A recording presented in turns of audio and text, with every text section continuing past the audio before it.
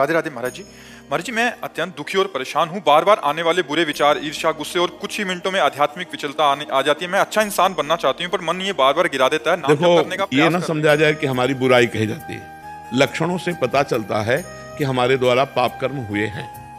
पाप कर्म के कारण ही हमारी बुद्धि में अशांति, कामनाएं, निगेटिव विचार, विक्षेप ये आते हैं। हम शास्त्रीय बात कर रहे हैं। तो यदि हम अपने पाप कर्मों का प्रायश्चित कर लें और पाप कर्म नए ना हो, रोक लें, तो अभी हमें आनंद आ जाए, अभी हमारी बात बन जाए। अब पूर्व के पाप कर्म जो हैं वो हमको सताते हैं, वो हमें कष्ट देंगे। अब कष्ट कैसे देंगे? निगेटिव विचार करके। नकारात्मक सोच ही सबसे बड़ा कष्ट है। नहीं, अगर शरीर में पीड़ा है और सोच सकारात्मक है तो बड़ी मस्ती रहती है, और शरीर स्वस्थ है और सोच नकारात्मक है तो डिस्टर्ब रहता है आदमी। वही तो फिर डिप्रेशन में पहुंच जाता है आगे चलकर। तो हमें लगता है हमें अपने पापों का प्रायश्चित करना चाहिए।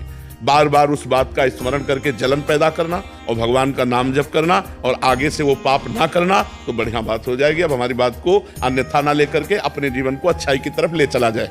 किसी को भी अगर ये बातें हैं तो हमारे अंदर पाप कर्म जमा हो चुका है, अब हमें उसे नष्ट करना है। और पाप कर्म जमा करना अच्छा लगता है, लेकिन नष्ट करना बहुत कठिन होता है।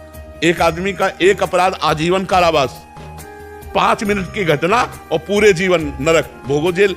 तो सोचो, हम लोग कई ऐसे पाप हैं जिनको हम व्यक्त नहीं करते।